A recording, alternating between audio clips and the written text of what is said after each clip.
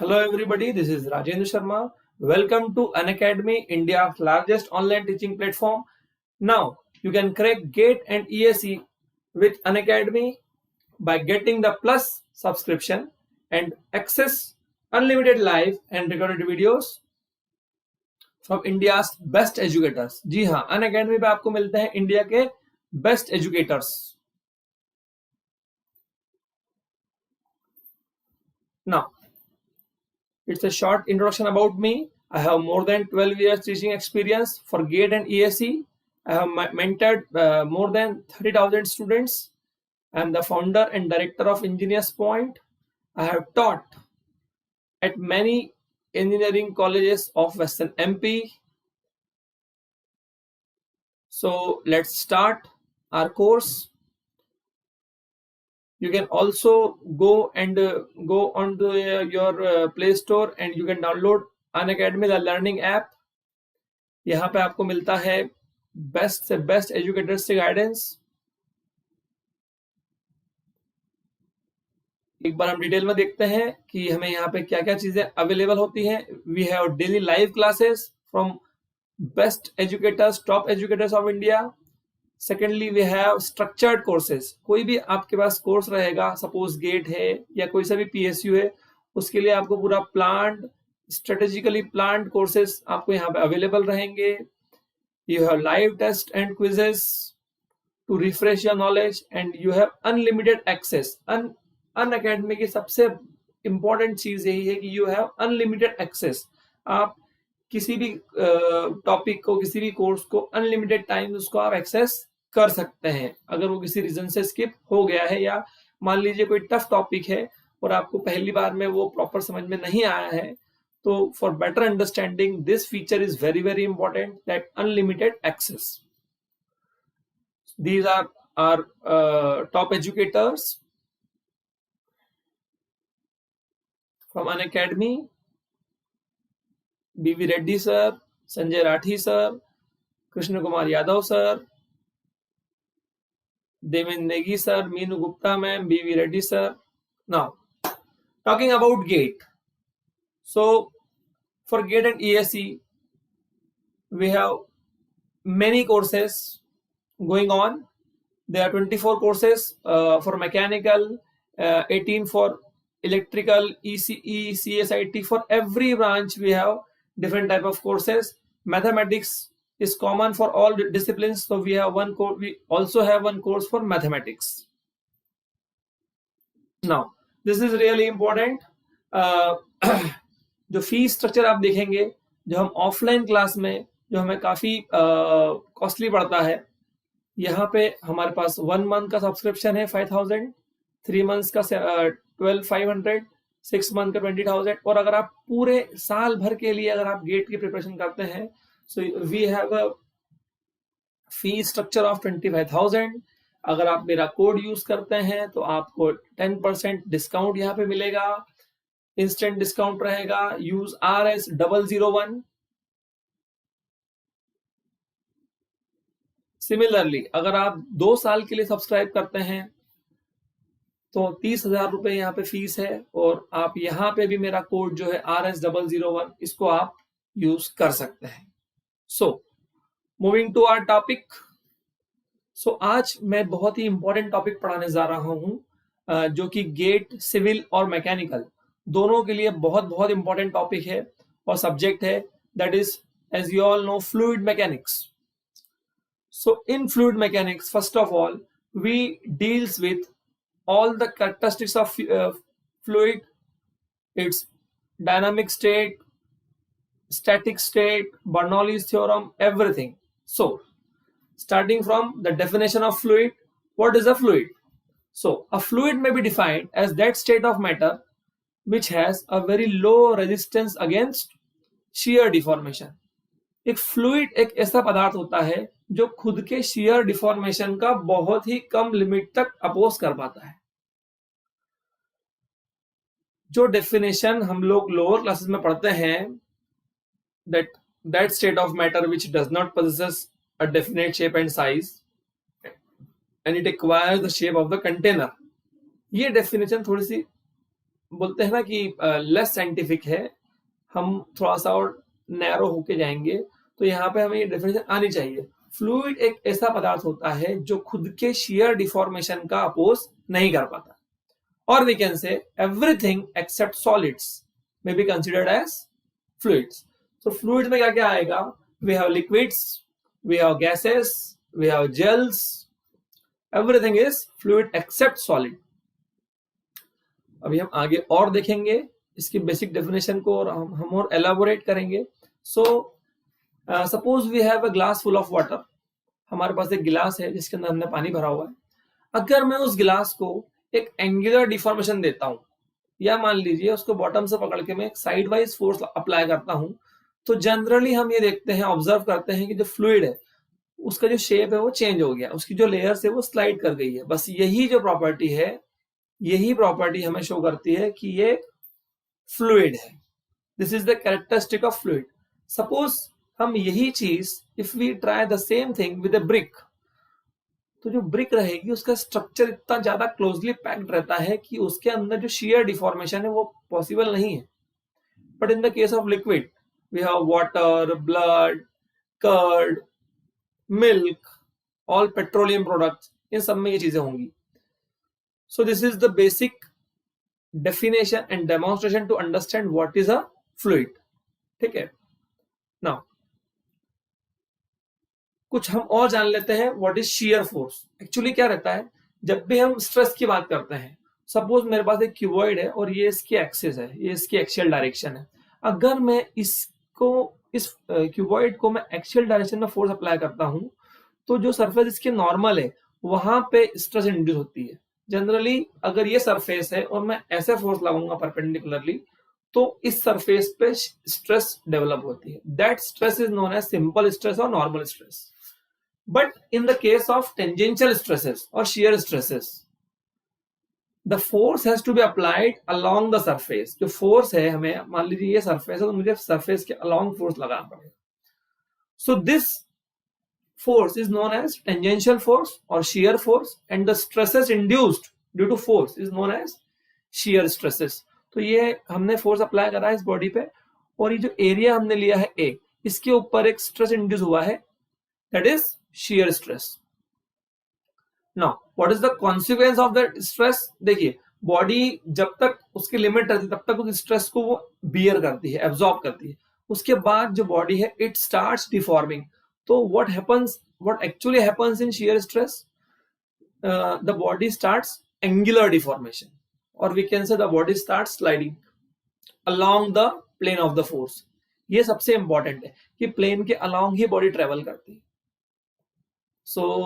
इसका एक एग्जाम्पल भी हम लेते हैं। हम सभी ने बर्फ का गोला खाया है, तो जो बर्फ का गोला होता है, जो बर्फ वाला रहता है, वो उस गोले को जो घिसता है, सपोज यहाँ पे मेरे पास वो आइस का स्लैब है और मैं उसको घिस रहा हूँ, तो वो टेंजेंशियल फोर्स ही अप्लाई करता है।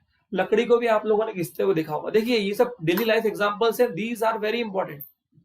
आई always say in my class to my students that engineering is all about observations. जितना ऑब्जर्व करोगे बेटा उतना ज्यादा सीखोगे, क्योंकि इंजीनियरिंग कहीं आसमान से नहीं आई है। सब आपके आसपास की चीजों को अगर आप ऑब्जर्व करेंगे तो आप सीखते जाएंगे ना। Coming to next topic, basic information about fluids. So जो बेसिक इंफॉर्मेशन है फ्लूइड्स के बारे में, सबसे पहली बात तो मैं द्रव्य किसको कहूंगा, द्रव्य की क्या परिभाषा है। ऐसी कोई भी चीज जिसके अंदर विस्कोसिटी है उसको मैं द्रव्य कहूंगा। विस्कोसिटी का हिंदी मीनिंग है शांता। तो रियल फ्लूइड्स वो फ्लूइड्स होते हैं, fluids which possesses some viscosity are known as real fluids, है ना। Now what is viscosity? Viscosity हम अभी आगे और डिटेल में देखेंगे। That tendency of a liquid due to which the liquid opposes its own motion. मान लीजिए मेरे पास एक मग ऑफ वाटर है और मेरे पास सेम कंपनी के सेम मग में हनी मैंने भरा, और दोनों को अगर मैं सेम फोर्स से एक्सेलरेट करूंगा आगे की तरफ, तो मैं ये देखूंगा कि वाटर जो है वो काफी आगे निकल जाएगा, लेकिन जो हनी है वो इतना आगे तक ट्रेवल नहीं कर पाएगा। This property is known as viscosity. जिस फ्लूइड का मोशन जितना कम है, जितना उसका मोशन मूवमेंट धीरे रहेगा, मैं कहूंगा कि ये उतना ज्यादा विस्कस है। So honey is more viscous than water, है ना। Paint is more viscous than honey. So this was viscosity. तो ऐसा फ्लूइड जिसके लेयर्स के बीच में विस्कोसिटी प्रेजेंट हो उसको कहेंगे हम real fluid. We have a large variety of real fluids. Then what is ideal fluid? अब ideal fluid जो रहते हैं they are non viscous and incompressible। ऐसे फ्लूइड जो ना तो विस्कस हो और ना है जिनको हम कंप्रेस कर सके, उन्हें हम कहेंगे आइडियल फ्लूइड्स। नाउ आइडियल जो चीज रहती है, कोई सा भी सब्जेक्ट आप उठा के देख लीजिए, आइडियल कभी भी एग्जिस्ट नहीं करता। Ideal thing does not exist. लेकिन हम उसका उसका विचार हम इसलिए करते हैं, उसकी हम कल्पना इसलिए करते हैं कि हम रियल चीज को उससे कंपेयर कर सके। लेकिन यहाँ पे एक्चुअली आइडियल चीज एग्जिस्ट नहीं कर रही है, इसलिए हमने आइडियल जो है, आइडियल वर्ड की जगह हमने स्टैंडर्ड फ्लूइड लिया है। स्टैंडर्ड फ्लूइड मतलब हम वाटर को मानते हैं।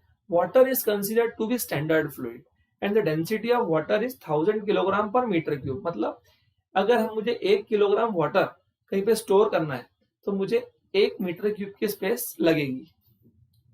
तो वाटर को हमने माना है स्टैंडर्ड फ्लूइड, और स्टैंडर्ड फ्लूइड हमने वाटर को इसलिए माना है ताकि हम वाटर के थ्रू बाकी रियल फ्लूइड्स को हम कंपेयर करेंगे।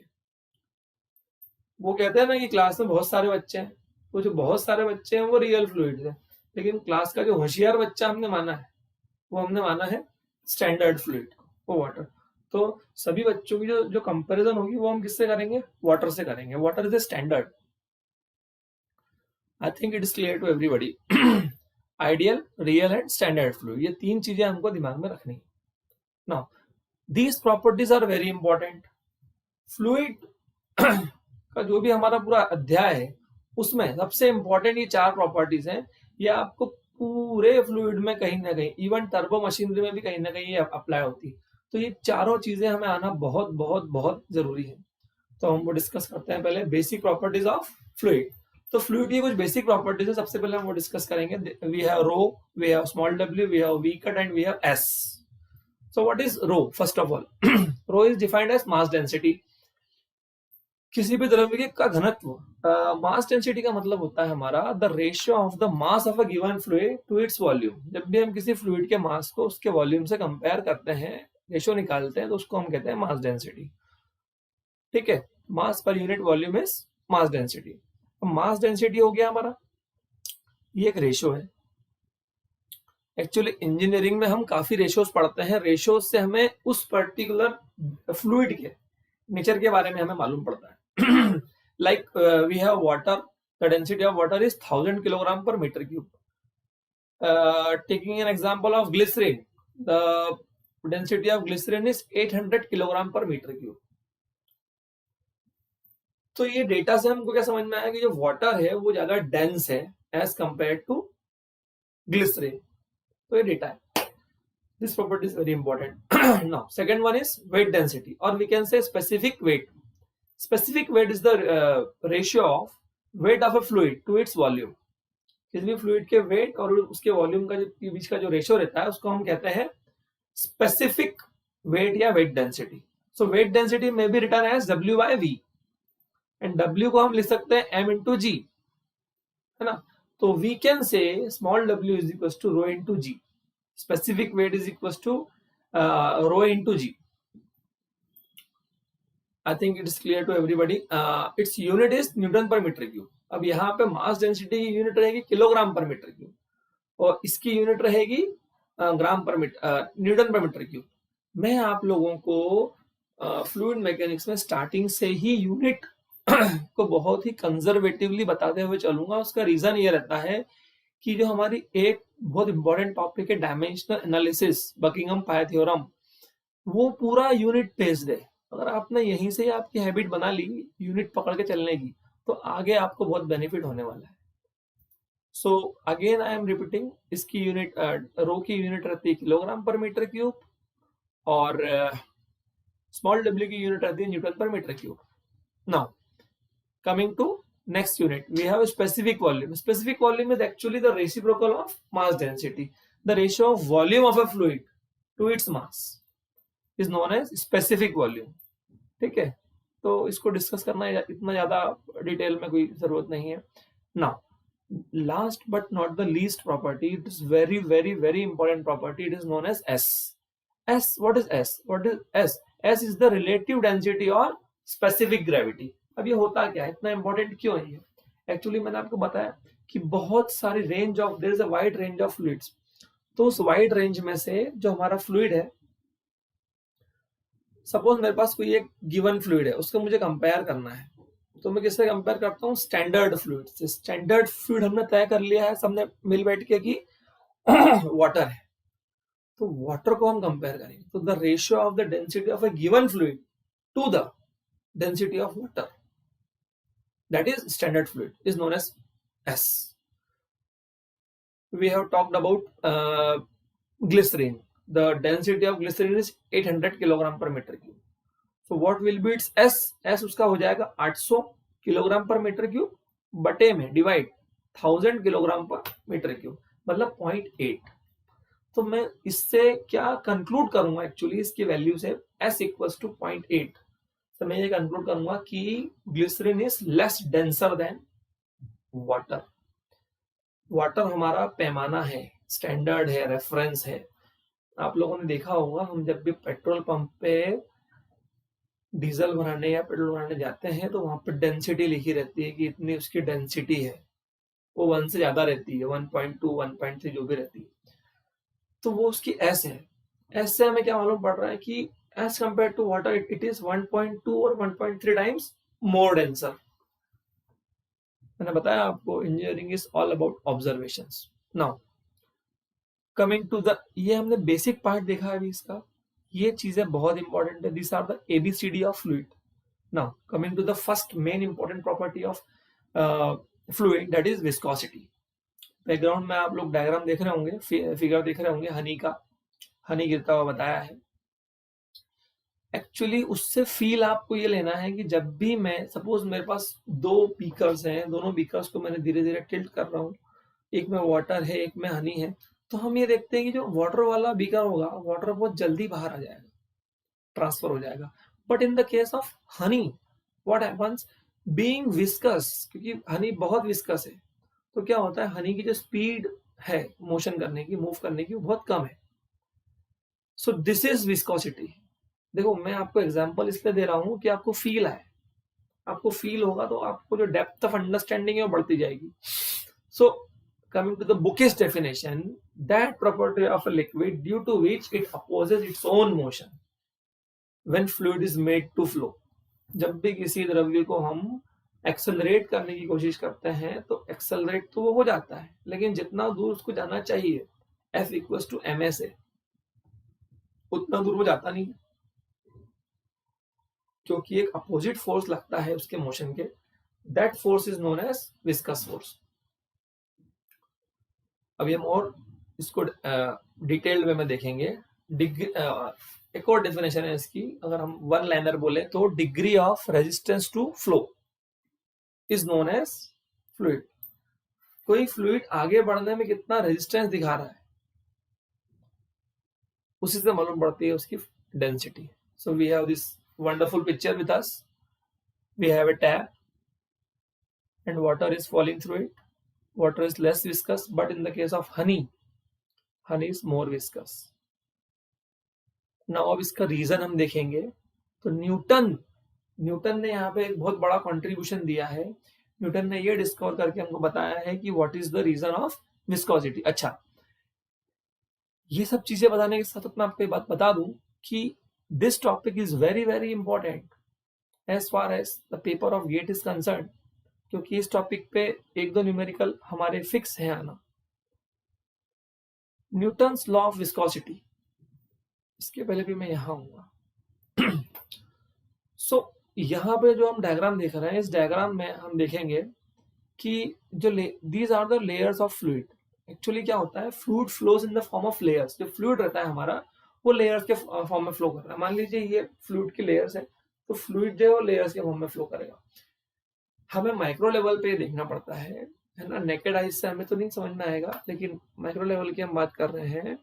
Fluid flows in the form of layers and each layer exerts some force on its adjacent layers, जो पड़ोसी लेयर रहती है उसके ऊपर एक लेयर फोर्स लगाती है. Due to this rubbing of layers a resultant force develop in the opposite direction of flow. This force is known as viscous force. क्या हो रहा है एक्चुअली, यहाँ पे मान लीजिए मग ऑफ वाटर है और मैंने इसको एक्सेलरेट करा, वाटर आगे बढ़ने की कोशिश कर रहा है, वाटर आगे बढ़ भी रहा है, water is tending to move forward. But क्या हो रहा है एक्चुअली, ये जो लेयर्स हैं इनके बीच में रबिंग हो रही है. अब इनके बीच में जो रबिंग हो रही है इसके कारण एक शियर, मैंने बताया आपको, एक शियर फोर्स डेवलप हो रहा है. इस शियर फोर्स के कारण क्या हो रहा है, ये शियर फोर्स इसके मोशन को अपोज कर रहा है, वो अपोजिट डायरेक्शन में फोर्स लगा रहा है. तो ये अपोजिट डायरेक्शन में जो छोटे छोटे फोर्सेस इन लेयर्स के बीच में डेवलप हो रहे हैं, इनका एक हम क्यूमुलेटिव इफेक्ट लेते हैं. That cumulative effect is known as viscous force. So this is a very nice and very precise study of Newton. और उन्होंने फिर कंक्लूड करा ये लॉ. तो न्यूटन्स लॉ क्या बोलता है, according to the Newton's law of viscosity the shear stress acting between the two adjacent layers of a flowing fluid is proportional to the. अब ये तो उन्होंने बता दिया कि भैया शियर फोर्स है, लेकिन अब उसके अंदर की क्या बात है कि जो शियर फोर्स होता है वो प्रोपोर्शनल रहता है du by dy की. अब du by dy क्या है, यहाँ पे वेलोसिटी ग्रेडियंट है. अब सर वेलोसिटी ग्रेडियंट क्या होता है, तो भैया देखो एक्चुअली क्या है, यहाँ पे जो बॉटम मोस्ट लेयर है उसकी स्पीड हम 0 अज्यूम करते हैं, और जैसे जैसे हम ऊपर मूव करते हैं, देखो ये तो बहुत सिंपल सी चीज है. अगर स्टेशनरी वाटर होगा उसको भी आप डिस्टर्ब करोगे तो जो टॉप लेयर रहती है वो ज्यादा डिस्टर्ब होती है, बॉटम लेयर में जो डिस्टर्बेंस है वो कम होता जाता है. तो यहाँ पे हम बॉटम टू टॉप जा रहे हैं, तो जैसे as we move from bottom to top the velocity of the layers increases. अब क्या होता है कि जो वेलोसिटी ऑफ लेयर्स बढ़ रही है, मतलब जो उनके बीच की रबिंग है वो भी बढ़ रही है. अब वो रबिंग बढ़ रही है इसलिए जो शियर स्ट्रेस है वो भी बढ़ रहा है. इसीलिए न्यूटन ने क्या बोला, न्यूटन ने इसी चीज को पकड़ा और न्यूटन ने क्या बोला, जो शियर स्ट्रेस है मेरा, जो शियर स्ट्रेस है दो लेयर्स के बीच में जो शियर स्ट्रेस एक्ट कर रहा है वो प्रोपोर्शनल है du by dy की. Now what is du and what is dy? Du by dy is rate of change of velocity. U is velocity of the layers with respect to distance. इन दोनों का ratio है.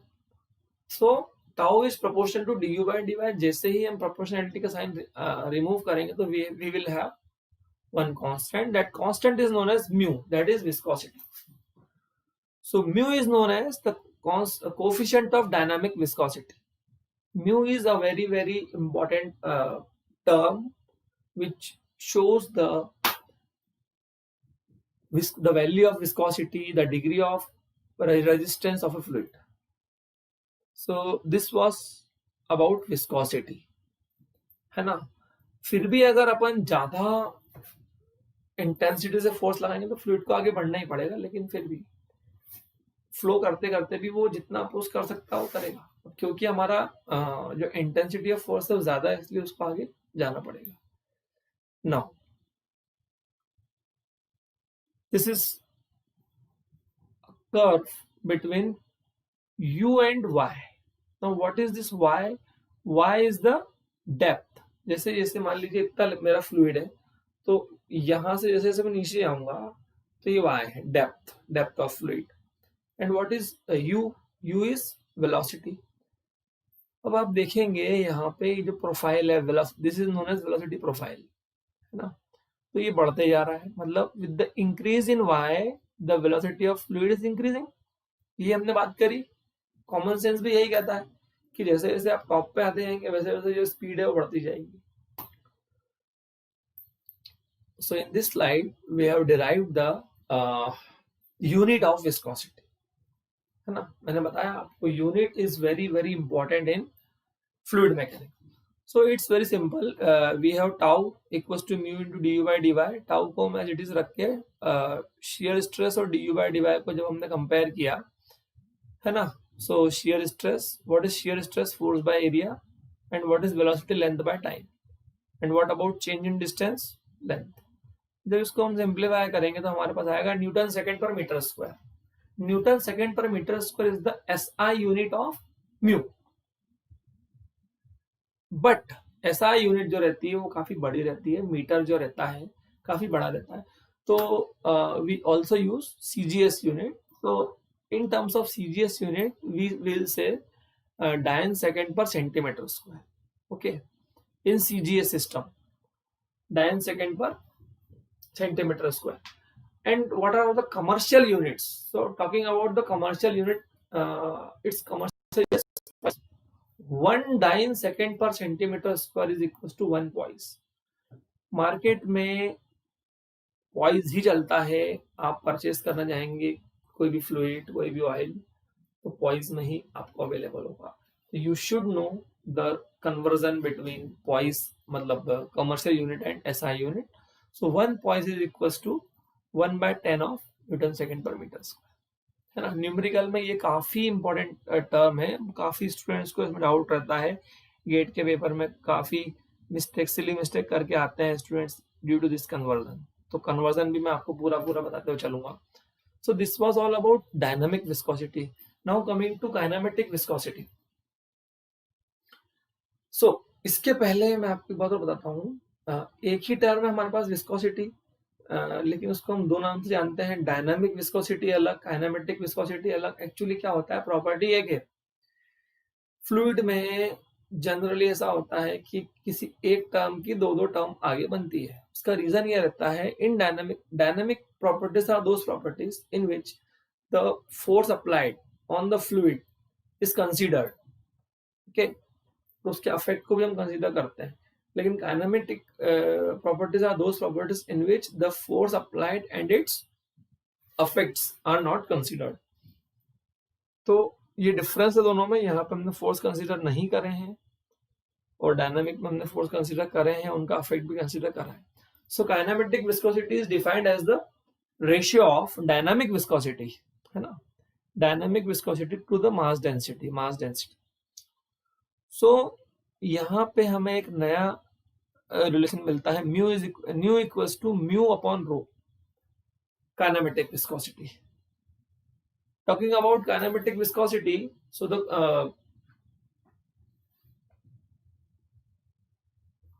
its unit is meter square per second, its SI unit, and talking about its CGS unit, it's centimeter square per second. यहाँ पे भी same thing है kinematic में कि यहाँ पे भी जो CGS यूनिट है वो ज्यादा रेलेवेंट है कमर्शियली, क्योंकि वो उसकी जो डायमेंशन रहती है वो प्रॉपर रहती है या यूज टू रहती है। मीटर बहुत बड़ी यूनिट हो जाती है। तो यहाँ पे हम 1 सेंटीमीटर स्क्वायर पर सेकंड को हम बोलेंगे 1 stoke. So stoke is the commercial unit of kinematic viscosity, that is nu, है ना। Dynamic viscosity was mu, it is new.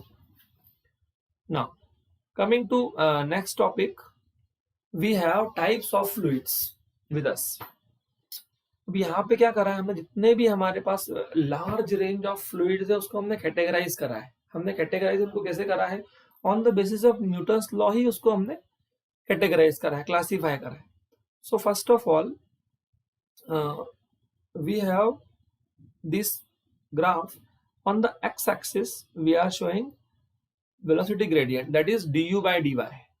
That is what is meaning of gradient, मतलब जब भी कोई एक पर्टिकुलर वेरिएबल दूसरे वेरिएबल के अकॉर्डिंग के रेस्पेक्ट में वेरी करेगा तो उसको हम कहते हैं gradient.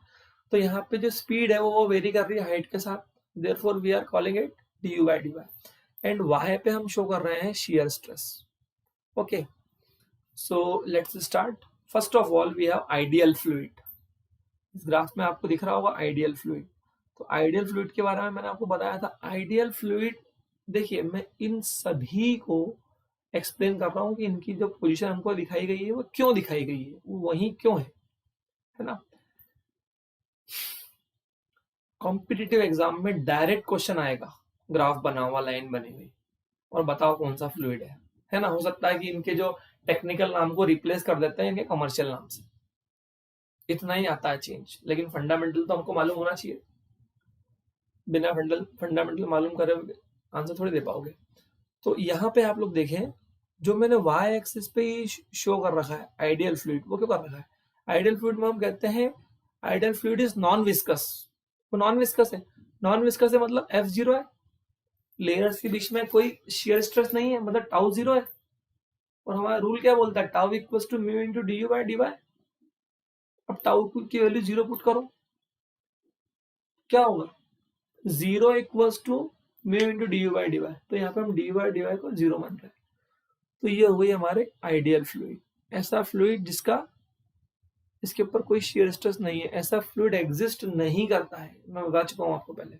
Then coming to ideal solid, ये यहाँ देख रहे हैं आप लोग, दिस इज आइडियल। ये दोनों एक्सट्रीम है ना, ये तो एग्जिस्ट करता ही नहीं है। अब मैं यहाँ पे आ रहा हूँ, आइडियल सॉलिड का मतलब सिंपल सॉलिड। सपोज मेरे पास एक ब्रिक है, तो ब्रिक जो है उस पर अगर मैं फोर्स लगाऊंगा साइड फोर्स, तो वो एज ए लंप है, वो इतनी क्लोजली पैक्ड है कि वो पूरी की पूरी डिस्प्लेस होगी। ब्रिक कभी भी बिखरेगी नहीं कि उसकी लेयर बाय लेयर बिखर जाए। It has a property of solid, है ना, या तो वो मूव ही नहीं करेगी, और मूव करेगी तो एज अ होल मूव करेगी, as a whole lump move करेगी। मतलब उसकी लेयर्स के बीच में रिलेटिव मोशन नहीं है, मतलब D u by d why he 0 है। वाई एक्सिस पे अगर कोई चीज लाई करेगी, मतलब उसका एक्स कोऑर्डिनेट 0 होगा, d u by d y 0 होगा यहाँ पे। Therefore we are telling it ideal solid. Then ये तो हो गई एक्सट्रीम बातें, है ना, आइडियल लिक्विड या फ्लूइड और आइडियल सॉलिड। इनके बीच में जो जो चीजें हैं वो रियल फ्लूइड्स हैं। मैं इसकी बात कर रहा हूँ। सबसे पहले इस लाइन को आप देखेंगे, ये लाइन एकदम स्ट्रेट जा रही है। This line is following Newton's law of viscosity, tau is proportional to d by d y. और जब भी ये जो मैं आपको बता रहा हूँ ये बहुत इंपॉर्टेंट है, when two variables are proportional to each other, then the graph between them is an inclined line। तो ये inclined line जा रही है, मतलब x भी बढ़ रहा है और y भी बढ़ रहा है, दोनों प्रोपोर्शनल है। तो ये न्यूटन्स लॉ को फॉलो कर रहे हैं। अब ऐसे फ्लूइड्स भी हैं जो न्यूटन्स लॉ को फॉलो नहीं करते हैं, लेकिन वो भी एग्जिस्ट करते हैं। तो ऐसे फ्लूइड्स को कहते हैं हम non Newtonian fluids. Non Newtonian fluids तो वो लीनियरली वेरी नहीं करेंगे, वेरी करेंगे लेकिन वो नॉन लीनियरली वेरी करेंगे। कर्व बन रहा है मतलब सेकेंड डिग्री है, थर्ड डिग्री है, नॉन लीनियर कर्व है, ठीक है। तो ये यहाँ पे जो वेरिएशन है वो इस टाइप से है। Is it clear to everybody? Okay, now third one is ideal plastic fluid.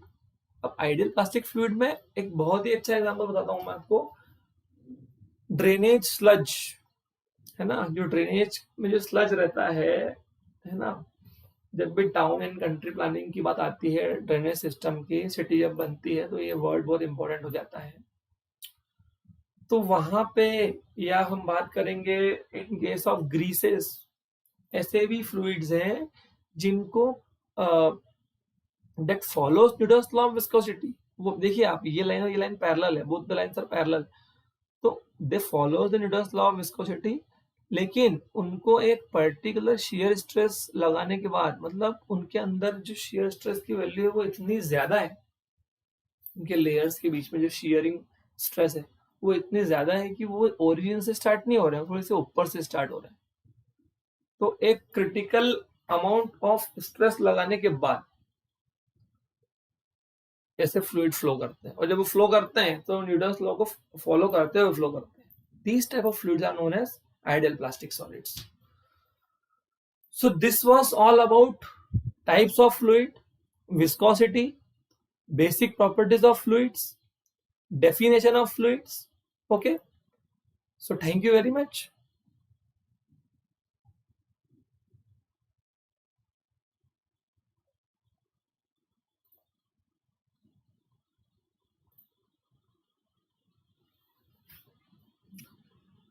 join our telegram group for latest updates on our upcoming videos, है ना।